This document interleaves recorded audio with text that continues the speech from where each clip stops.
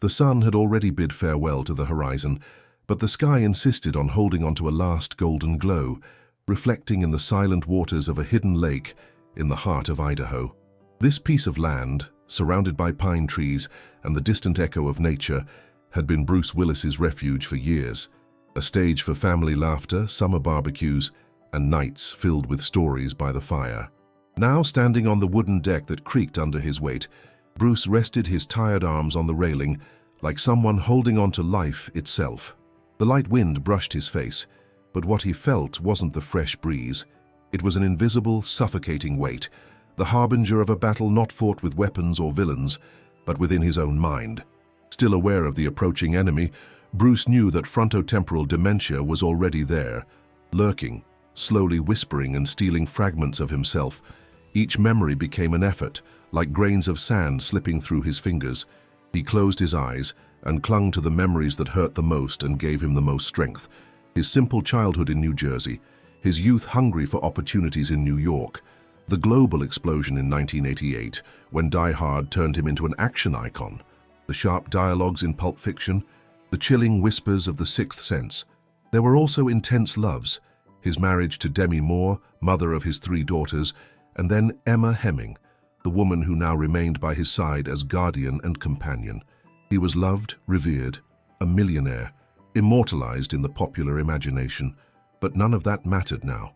What was the myth worth if his mind began to betray him? He took a deep breath, as if pulling in the last spark of lucidity. The silence around him seemed absolute, until something changed. The air grew denser, the atmosphere heavier, and Bruce felt someone's presence beside him. Slowly, his eyes moved, his heart racing with the instinct that told him he wasn't alone. "It's starting, isn't it, Willis?" The voice sounded deep, imposing, and yet strangely familiar. Bruce slowly turned his face, his heart almost stopping as he recognized the figure beside him. His eyes widened. Sean Connery, rejuvenated, impeccable as in his golden days embodying James Bond, was there, firm, leaning against the same wooden railing. The image was so vivid, it seemed impossible to be a delusion. Connery watched the dark waters of the lake as if they were an old film projected before him. Bruce let out a sarcastic laugh, the same humor he always used to mask discomfort. "Besides losing my memory, now I'm going crazy and seeing ghosts. That's all I needed." Connery responded with a deep laugh, full of the Scottish accent that had charmed audiences around the world. A laugh that wasn't mocking, but carried something comforting, like someone who understands another's pain. "No, Willis, you haven't gone mad. You're not seeing ghosts. What you're accessing is a new frequency, another pattern, let's say, a new universe. And in this universe, those who have already passed can approach those who are still here when they need it most." Bruce shook his head, incredulous, his eyes narrowed as if trying to catch some flaw in the scene that would confirm the delusion. "Wonderful. Interdimensional Alzheimer's. That'll make a good script." Connery smiled, but his expression carried a different weight. His eyes, even more intense than any role he had ever played, conveyed a seriousness that cut through the air. He extended his hand, lightly touching Bruce's chest, and said in a firm voice, "Humor is your armor, Bruce. It always has been. It was like that on set, it was like that in life, but in here," his hand gently pressed over Willis's heart, "there's a man scared of what's to come." Bruce looked away towards the horizon, where the golden reflection of the sky died in the dark waters of the lake. His breathing grew heavy, his face hardened. "I'm tired, Sean. I've spent decades being the tough guy, the hero who saves the world, but now I can't even save my own memories. And the worst part, I feel like I'm confusing my family, worrying them. Right now only Emma knows, but the girls and Demi are realizing something's wrong. I don't want to be remembered as a burden." Connery sighed deeply, a sound laden with bitter memories. His eyes briefly lost themselves on the lake's surface, as if he too saw fragments of his own life there. "I also knew this path, Bruce. I spent my last years not recognizing the people I loved most. Micheline, my companion, and my son Jason carried that weight in silence. I didn't know how much I hurt them, how much the disease stole not only from me, but from them too. That's the cruelty of dementia. It doesn't just take us, but drags along those who care most." Connery leaned a little more over the railing, his eyes fixed on the dark surface of the lake that reflected fragments of the sky in shades of copper and violet. His deep voice, filled with authority and tenderness, seemed to blend with the wind itself. The mind, that damned mind. This temple that sustained our stories, that was the stage for so many battles and glories, begins to dissolve like ink in water. It's cruel, Bruce, because we feel a piece of ourselves slip away every day, and there are no hands capable of holding everything. But I want you to understand something I only realized too late. We are not defined by the memories we lose. We are defined by the lives we touch, by the emotions we awaken, by the stories we create while we still had strength. Do you think James Bond died with me? No. He still lives. In every actor who took on the role, in every fan who dreamed of being a secret agent. Bond became more than me, he became a myth. And you, Bruce, you are the improbable hero who taught generations to believe that courage doesn't need a cape, doesn't need superpowers. That all it takes is a man, a gun in his hand, and an obstinate heart to save the day. Connery's gaze softened, as if searching within Bruce for a still hidden spark. He took a deep breath and continued. But do you know what's most important, my friend? I was loved, I was cared for, and that's what will happen to you, don't doubt it. You have wonderful daughters, who will carry within them not only their father, but the man who laughed, who cried, who taught them to live. You had a woman who loved you intensely, and even if life took other paths, she still respects you, still holds affection for you, and your current companion, Emma, she, Bruce, would never abandon you. No matter how heavy the burden becomes, she will be by your side. Don't worry so much about being remembered as a burden. The truth is, in this process, those who truly suffer are they, those who love us and watch from the outside. They believe we are trapped in pain, but we are not. Their pain is greater, because they see our light slowly dimming without being able to stop it. We no longer feel the same way. I only understood this after I crossed the border. And, in a way, it's a gift. It's life making us lighter for the crossing. Connery's voice fell into a heavy silence, as if the very waters of the lake absorbed those words. Bruce, with tear-filled eyes, kept his gaze on the horizon, but now there was something different, a mixture of melancholy and relief, as if a part of the storm within him had finally found repose. Bruce closed his eyes, trying to cling to the thin thread of serenity that Connery's words had left. But, as always, his mind was a whirlwind. Memories flashed in his head like snippets of a fast-forwarded film. Rumor, Scout, and Tallulah's clumsy laughs when he made them giggle with funny faces. The die-hard film sets, where he improvised lines that would become eternal catchphrases, and the quiet nights at home when he wasn't a star or a hero, but just a father playing hide-and-seek. With a voice hoarse with emotion, he broke the silence.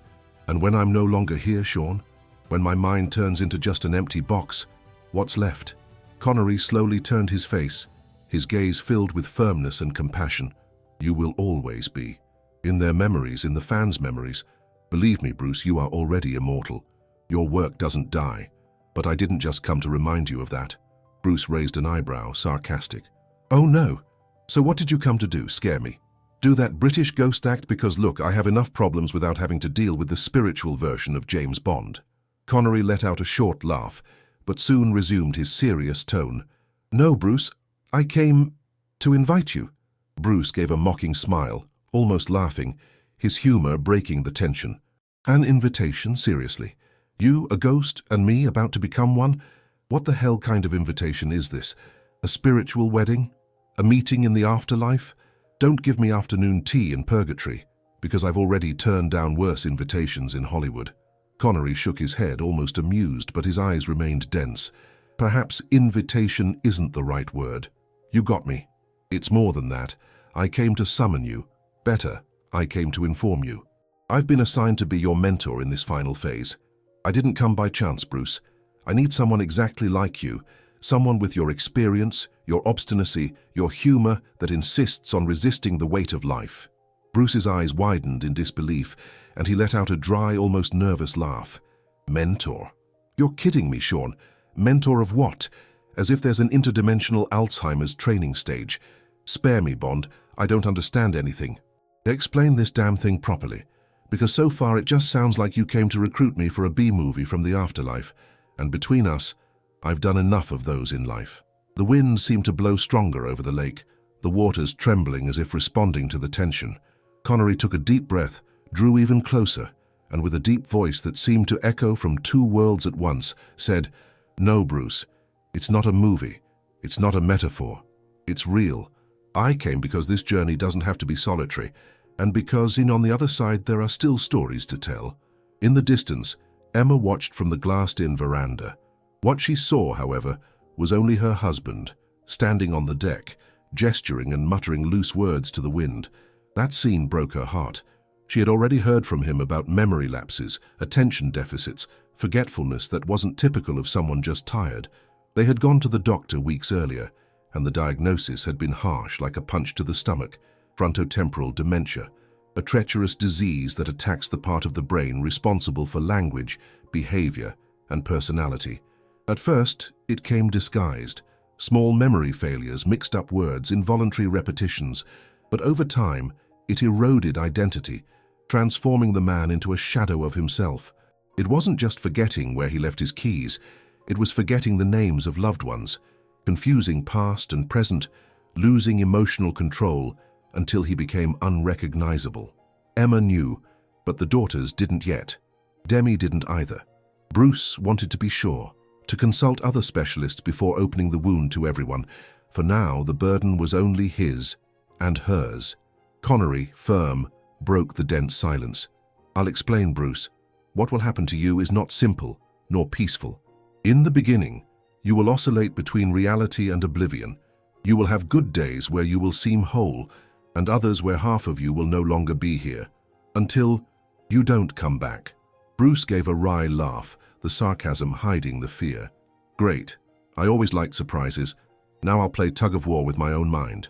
Connery ignored the mockery and continued, his gaze piercing through his. "You will no longer recognize your daughters. You won't remember the movies, the friends, or even the loves. You will be trapped in this world, but only halfway. A part of what you are will remain here as body and a fragment of soul. The other half will be in transit, a part preparing for the great crossing, receiving the necessary care so that, when it detaches from this physical reality, it is ready to follow its true adventure. And believe me, Bruce, your life as a hero in cinema will seem like a children's story compared to what exists on the other side." Bruce raised an eyebrow, laughed nervously, and bit his lip. "Wonderful. So I'll become a Little Red Riding Hood hero in the afterlife. Are you telling me the next movie is directed by the Brothers Grimm? This must be a joke, Connery." The Scotsman narrowed his eyes, letting the sarcasm pass. "It's not a joke. What I want is the part of you that will still be available, wandering between here and there. That interests me, Bruce. With it, we could create something together. Films, plays, shows, maybe even series, whatever is allowed. A legacy that mixes the two worlds." Bruce let out a short, hoarse, almost bitter laugh. "Connery, I'm sorry, but I think you're crazier than I am, or maybe I'm already dead and didn't realize it. What the hell is this about creating films between dimensions? Do you want to found Ghost Netflix? Man, what hell are you talking about? Because honestly, I'm not following this crazy script." Bruce felt the weight of the words echoing. Despite his attempt to mock, he realized he had exaggerated. Humor was his trench. But deep down, something in Connery's gaze said that nothing end. It's not darkness, it's access. To new realities, new frequencies, new worlds. Think of Doctor Strange, Bruce. A traveler between dimensions, opening portals to infinite possibilities. Only here it's not fiction. It's life after life, and also during life, when you still have one foot here and the other already on the other side. Bruce laughed nervously, but this time there was no mockery, only desperate defense. "Are you telling me I'm going to become an interdimensional superhero when I can barely remember where I left my glasses? That's cruel, Connery. Very cruel." Connery placed a firm hand on his shoulder. "No, Willis. You won't become a superhero. You'll continue to be yourself, only fragmented. Part here, part there. And it's in this space between realities that I want to guide you. Not to scare you, but because there's something powerful in this process. Something we can transform into creation, into legacy. And only you can carry that." Bruce took a deep breath, looked at the golden reflection disappearing into the dark waters and murmured, "So, that's it. I'm about to split in two. Part of the tough hero, part of an apprentice ghost." Connery's laugh echoed softly, laden with Scottish irony. "No, Bruce. You were never just the tough hero. You were always the improbable one. And now you'll prove that even between dimensions you can still surprise. The wind seemed to quiet, as if even the night leaned in to hear what Connery had to say. The Scotsman's gaze was that of someone who carried truths few could bear. On the other side, Bruce, there's no clock. There's no box office pressure, no burden of critics, nor the weight of proving anything to anyone. Their time doesn't exist as you understand it. We can act on several fronts at the same time, immerse ourselves in different characters without one hindering the other, perform on 1,000 stages at once without losing our breath. There's always an audience, Bruce. Infinite audiences, of souls who want to be touched, inspired, reminded that life doesn't end. It's an opportunity no Hollywood studio could offer. Bruce raised his eyebrows, trying to assimilate that grand image. So you're telling me that on the other side I'll be the biggest workaholic in the universe? An eternal actor with no breaks? My God, Connery, not even dead will I rest. Connery smiled, but there was weight in his voice. No, Willis, you won't be enslaved. You'll be free. Free to choose. There are no contracts, studio pressures, or deadlines. You create because you want to. You act because you feel it. It's pure. It's art in its raw state, without interference. Bruce looked away, swallowing the silence like an old cigarette.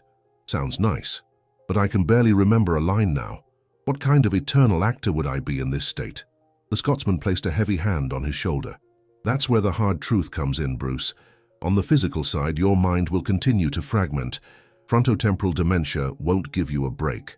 In less than a year, you won't remember who you love, not your wife, not your daughters. That's the cruel reality, and you need to face it. Bruce closed his eyes, swallowing hard. The joke didn't come this time. The pain was greater than the sarcasm.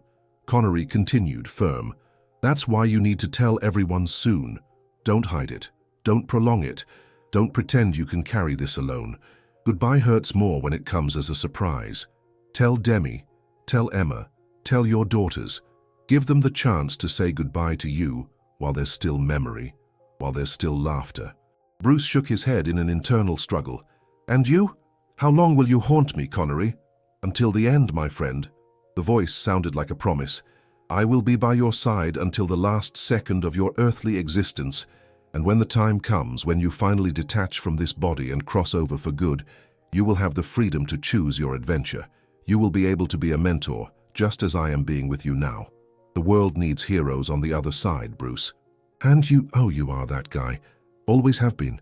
No matter what the disease says, no matter what time says, you are not just immortal on screen, Willis. You will be immortal beyond it. Bruce let out a hoarse laugh, half pain, half disbelief. Eternal hero. Me. The guy who always said the wrong line at the right time. Who would have thought, Connery? Who would have thought? The house was softly lit, the lake reflecting the timid glow of the moon. Emma gathered the daughters in the living room, feeling that this would be a definitive moment. Rumer, Scout, and Tallulah settled on the sofa, eyes full of silent apprehension, while Demi arrived a few minutes later, invited by Bruce. There was something solemn in the air, a weight everyone felt but no one dared to name. Bruce entered slowly, his steps slow but firm.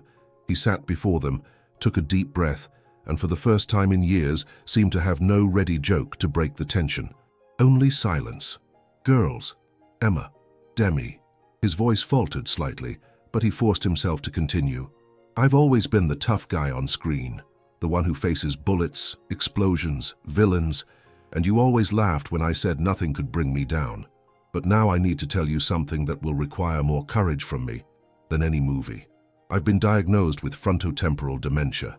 This will steal my memories, my words, the stories I built with you.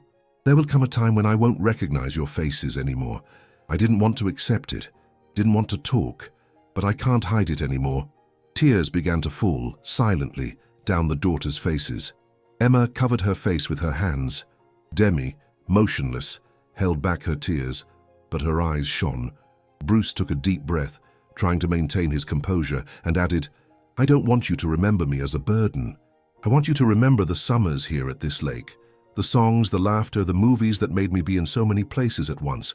I will fight as long as I can, but when I can't anymore, I want you to know that I will always be here, in you, behind them, imperceptible to everyone but Bruce, Sean Connery stood silently. The Scotsman's firm gaze was a reminder. Bruce was not alone. Willis felt him there, like an invisible anchor, giving him strength. The daughters ran to him, hugging him together. Emma approached, embracing the group, and even Demi leaned in, joining the hug. It was pain, but it was also love, like an unbreakable circle that the disease could not erase. Later, when the house quieted and the tears had been shed, Bruce went out onto the veranda. The dark sky was sprinkled with a few timid but present stars. He leaned on the wooden railing, his eyes moist. Beside him, Connery appeared again, firm and silent. Bruce sighed deeply, staring into the void. "And now, Sean, what do I do? I've already said it. It's already hurt. I've already cried. Now what?" Connery crossed his arms, also looking at the sky. "Now, Bruce, you live, one day at a time. Enjoy every memory while it still belongs to you. Hug more, laugh more, cry if you need to. And when the fog of the disease begins to steal what you have, don't fight it alone. Let them fight with you. It's not a sign of weakness to need them. It's a sign of humanity." Bruce ran a hand over his face, discreetly wiping away tears. "And when I have nothing left, Connery, when I no longer know who I am," the Scotsman smiled, almost paternally, "then I will be the one to remember for you. I will be here until the last second, and when the last memory fades, I myself will lead you to the next stage. And there, Bruce, oh, there you will discover that your story is just beginning." Weeks dragged on, and at the same time flew by. Bruce, who once lived at the frantic pace of sets and commitments, now filled each day with the simplicity that only the imminence of loss can teach one to value. He spent entire afternoons with Emma, laughing at the little things. He prepared dinners with his daughters, listening to stories, recounting memories, sometimes repeating them, but curiously, each repetition sounded like a reaffirmation of love. Demi, always present, rekindled a deeper friendship with him, a complicity that even divorce could not erase. The diagnosis had not become a burden, but a kind of collective pact of love, to enjoy every moment while sanity still belonged to them. On days when his body succumbed to the fatigue of treatments, or when his mind seemed to cloud faster than it should, Connery took him to the other side. Bruce, little by little, began to get used to that parallel universe, a place where there was no clock, no contracts, no silent demands from the public. It was a creative, eternal plane where ideas floated like music in the air, ready to be grasped by those who had the courage. There, Bruce was guided to small projects. He wrote scripts with other artists, helped refine dialogues that would never see the stages of Earth, but made sense there. One night, he faced the challenge of performing a monologue in an ethereal play, where his character was precisely a man losing his memory faster than he could. The tears of those watching, souls and consciences also gathered on this other side, showed Bruce that even in loss there was poetry. Connery, always by his side, watched with that firm but warm mentor's gaze. Until on one of these crossings, while Bruce rested on a stone bench that seemed to belong to no time at all, the Scotsman asked, "Bruce, of all those who have passed, which actor or actress would you like to meet, or even reunite with?" Bruce was silent for a moment. His mind searched for names, memories, faces. Then, with a voice choked with sincerity, he replied, "I always admired Paul Newman. His intensity, his class, his charisma. We never had the chance to truly meet, and I would have liked that very much." Connery nodded with a slight smile, his eyes shining as if he held a secret. "Paul Newman, huh? Good taste, Willis. Give me a few days. I can arrange that." Bruce laughed, disbelieving, but let the matter drop. However, weeks later, Connery took him to an immense theater where rows of seats were filled by souls who no longer belonged to Earth. And there, amidst the gloom illuminated only by invisible spotlights, Paul Newman appeared. Young and vibrant as in his Butch Cassidy days, but with the serenity of one who had been through everything and carried only the essentials. Bruce swallowed hard, disbelieving. Newman smiled and extended his hand. "Finally, Willis. I've heard a lot about you." The meeting was glorious. They talked for hours that seemed like minutes. Paul told stories from the sets, spoke of his passion for motor racing, of his philanthropic work. Bruce, between laughter and tears, opened his heart about the battle he was fighting. And there, between Connery and Newman, They began to plan projects for the day when Bruce would be 100% available when the crossing was complete. They would be plays, films, experiences that would unite worlds. Back in reality, already in his frail body, something had changed in Bruce. Even with his memory slipping more and more, his demeanor had become calm, almost serene. He always smiled. Doctors noted that the treatment seemed less painful. The family, though suffering, saw an inexplicable peace in him. They didn't know, but Bruce carried a secret. He was never alone. Beside him at every step, in every forgetfulness, there was always 007, Sean Connery, ready for impossible missions. And so time passed, and in March 2025, Bruce Willis turned 70. The family celebrated in silence, but with overflowing love. The shared photos showed a radiant man, surrounded by Emma, Demi, and his daughters, each holding his hand as if they never wanted to let go. Bruce no longer holds the memory of yesteryear. Names and stories have escaped him, but on his face remains a constant smile, a warm nod, the intact kindness of a man who, even without knowing exactly what he is doing, continues to radiate humanity. Doctors confirm that he is stable, with full support, surrounded 24 hours a day by those who love him. The disease stole his memory, but not his warmth. Bruce Willis is still light, and his family clings to that spark every day. But there's something the cameras don't capture, what birthday photos and shared videos will never show. Sean Connery is always there, firm, discreet, like a protective shadow no one sees. Newman, when he can, also appears, bringing that elegant humor, that vibrant look. And so when the world looks at Bruce, that gentle, smiling, loved man, perhaps it's worth imagining that he is never alone, because he truly isn't. There are heroes and legends by his side, invisible to the eyes, but present in spirit, guarding him until the end. And before continuing this story, I want to ask you something important. Subscribe to the channel. Here, with each video, we keep alive memories, trajectories, and reflections that go far beyond the screens. Your subscription is not just a number. It's the fuel that allows us to continue telling narratives like this, which reveal the human side of idols who, deep down, are as fragile as us. And now I ask you, who have listened to this story so far, how did you feel imagining Bruce Willis, the immortal cinema hero, being cared for and loved, even when his mind is no longer his own? Do you believe that the true essence of a person can remain, even when memories are gone? Have you ever thought about what it would be like to have the chance, like Bruce, to be accompanied by idols who inspired you? And, even deeper, if time were to steal your memories, what would you want to remain intact in you? Your smile, your kindness, the love you left in the people around you? Thank you very much for accompanying this journey so far. If this story touched you, subscribe to the channel now, leave your like and share it with someone who needs to hear this message. Every subscription keeps narratives like this alive, which mix the human and the immortal, pain and hope. Because in the end, they are not just stories about celebrities, they are reflections about ourselves, about our own battles, losses and resilience. And remember, no one leaves alone. There is always someone by our side, even when we cannot see them.